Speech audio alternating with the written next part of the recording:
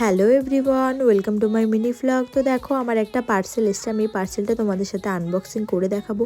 তো পার্সেলটার মধ্যে ছিল একটা ফোনের কভার। আমি আমার ফোনের জন্য একটা কভার অর্ডার দিয়েছিলাম, এটা গ্রিন কালারের ছিল। তো প্যাকেজিং মোটামুটি ঠিকঠাকই ছিল, ভেতরে কভারটাও খুবই সুন্দর ছিল। কিন্তু গাইজ বিশ্বাস করো, আমি যেই কালারটা যেরকম ভেবেছিলাম সেটা একদমই সেরকম না।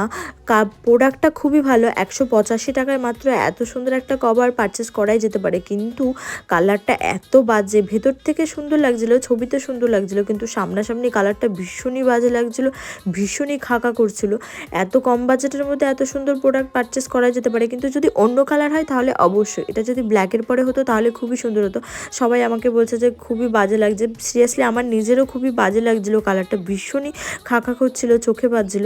তো আই হোপ আমার ভিডিও তোমাদের সকলের খুব ভালো লেগেছে। ভিডিও ভালো লাগলে চ্যানেলটিকে সাবস্ক্রাইব করে দেবে, আর তোমরা যদি চাও প্রোডাক্টটা পারচেস করতে পারো, কিন্তু পারচেস না করাটাই ভালো।